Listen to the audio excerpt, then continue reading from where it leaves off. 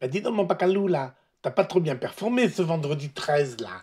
Ah oui, oui, t'as raison, hein. 5 en dessous de mon Stableford habituel, là. J'ai connu des jours meilleurs.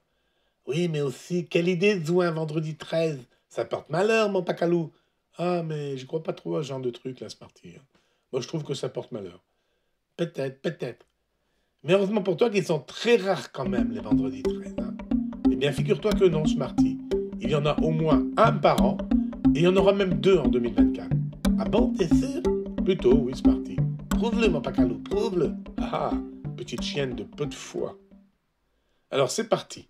Démontrons qu'il y a toujours un vendredi 13, au moins un, tous les ans. On va se poser la codification suivante. On va dire que 0 c'est lundi, 1 c'est mardi, 2 c'est mercredi, etc. Et on commence à compléter le calendrier 2024.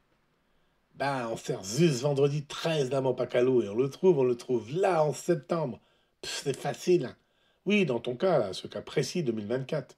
Mais en fait, ta recherche doit marcher sur n'importe quelle année. Il faut me faire une démonstration, hein. Donc ici, reprenons le raisonnement sur une année quelconque. Alors regardons les 13 de chaque mois en commençant par le mois de janvier. On va supposer que le 13 de janvier, on ne sait pas hein, ce que c'est comme jour, on va lui mettre la lettre C. C étant une valeur comprise entre 0 comme le lundi et 6 comme le dimanche. 0, 1, 2, 3, 4, 5 ou 6. Et de là, on va calculer le 13 de février. Eh bien, on voit que c'est C plus 31 jours, puisqu'il y a 31 jours au mois de janvier. C'est donc C plus 28 plus 3. 31, c'est 28 plus 3. Et 28 jours, c'est exactement 4 semaines.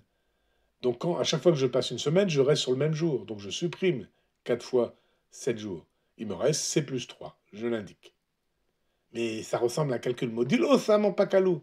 Mais oui, très bien vu, ça, Smarty. En fait, on calcule en modulo 7.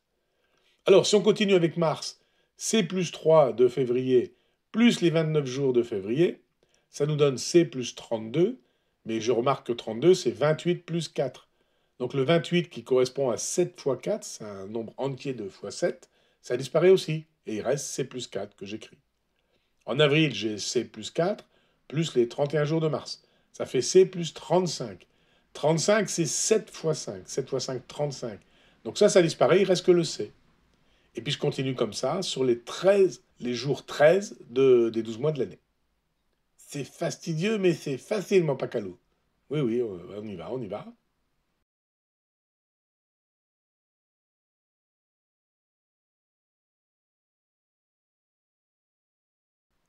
Voilà, nos 12 valeurs dans le tableau final. Le tableau est complété. Eh bien là, on voit tout de suite qu'il y a au moins une fois un C ici, un C plus 1 ici, un C plus 2 ici, un C plus 3 ici, un C plus 4 ici, un C plus 5 ici, et là j'ai au moins un C plus 6 ici. Bah, finalement, on a tous les jours de la semaine, puisque forcément, même si on ne commence pas par un lundi, C va prendre n'importe quelle valeur comprise entre 0 et 6. Donc C plus 1 sera compris aussi entre 0 et 6. Si ça déborde 6, on revient à 0. Si ça devient 7, on devient à 0. Rappelle-toi le calcul modulo. Mais en tout cas, on les a tous au moins une fois. Donc il y a au moins une fois la valeur 4. 4 comme vendredi. Ah bon, ah bon? Je vérifie mon Pacalou, hein. Alors le 13, là, dans le calendrier, c'est un samedi. Donc je mets 5 ici. Et je remplace le C partout dans ton tableau, là.